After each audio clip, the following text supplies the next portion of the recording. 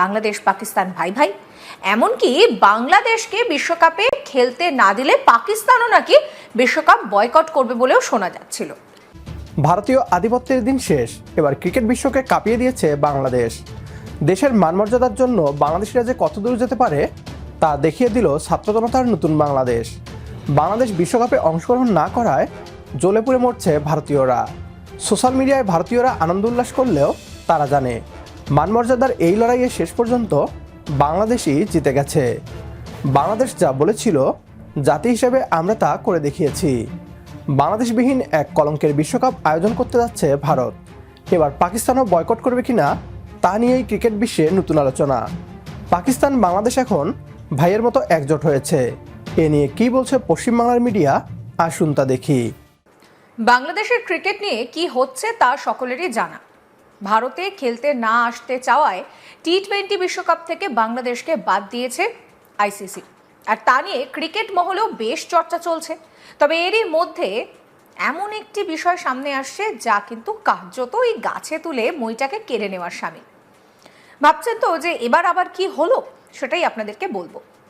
যখন এই গোটা ইস্যু তৈরি হয় সেই সময় বাংলাদেশকে কিন্তু পিছন থেকে ব্যাপক উস্কানি দিয়েছিল পাকিস্তান।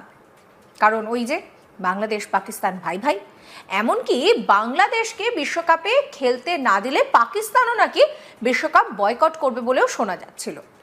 যদিও তখনও ক্রিকেট বিশেষজ্ঞরা মনে করছিলেন যে পাকিস্তান যখন এই কথা বলছে নিশ্চয়ই ডালমে কুছ তো কালা হ্যায়, আর এবার সেটাই প্রমাণ হয়ে গেল। এই ঘটনায় বাংলাদেশের সঙ্গে অবিচার হয়েছে বললেও পাকিস্তান বিশ্বকাপ খেলবে কিনা সেই প্রশ্নের কোনো স্পষ্ট উত্তর পাওয়া গেল না পাকিস্তান ক্রিকেট বোর্ড বা পিসিবির চেয়ারম্যান মোহসিন নাকভির মুখ থেকে। সংবাদ মাধ্যমের সঙ্গে কথা বলার সময় নাকভি বলেন, আমার মনে হয় বাংলাদেশের সঙ্গে অবিচার হয়েছে। আমি আইসিসির বোর্ড মিটিংয়েও এই কথাই বলেছিলাম, দুমুখ নীতি চলতে পারে না। তাই আমাদের অবস্থান এই যে বাংলাদেশের সঙ্গে অবিচার হয়েছে, যে কোনোভাবেই হোক বাংলাদেশকে বিশ্বকাপে খেলানো উচিত, তাদের সঙ্গে এই অবিচার হওয়া উচিত না। শুনুন কি বলছেন তিনি।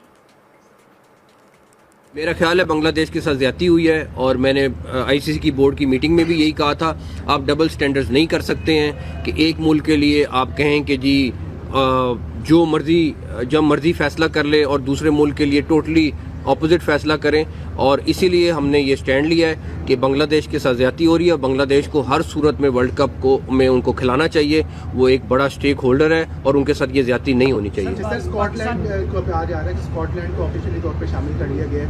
आपने हम पीसीबी ने जो पहले मौका इख्तियार किया था कि हम भी बायकॉट की तरफ जाएंगे, तो इस वक्त पीसीबी का क्या मौका?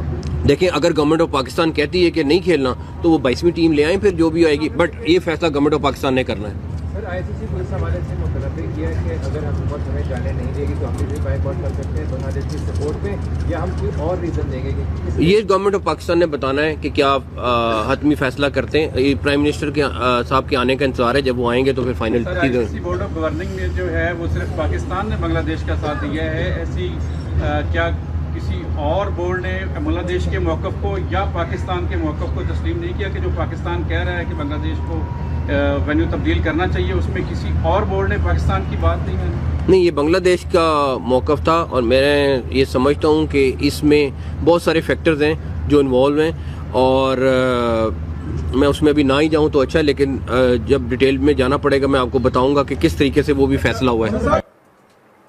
শুনলেন তো নাকভির বক্তব্য, অনেক কিছুই বললেন, কিন্তু বাংলাদেশ না খেললে পাকিস্তান বিষয়টাকে বয়কট করবে তার কোনো স্পষ্ট উত্তর তার কাছ থেকে পাওয়া গেল না। আর এখান থেকেই অনেকে মনে করছেন বাংলাদেশকে কার্যত গাছে তুলে মইটা কেড়ে নিল বেঈমান পাকিস্তান। ভারতীয়রা বাংলাদেশের কাছে হার মেনে এখন পাকিস্তানকে টেনে এনে নিজেদের ইগোকে স্যাটিসফাই করছে।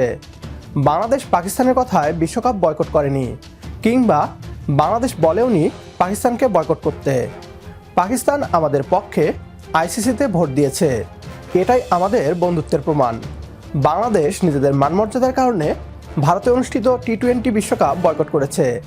ভারতীয় মিডিয়া বলছে পাকিস্তানের কথায় নাকি বাংলাদেশ বয়কট করেছে।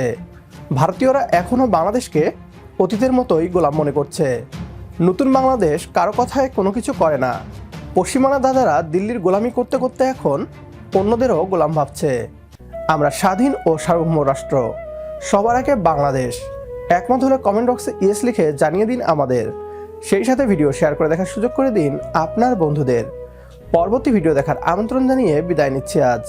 আল্লাহ হাফেজ।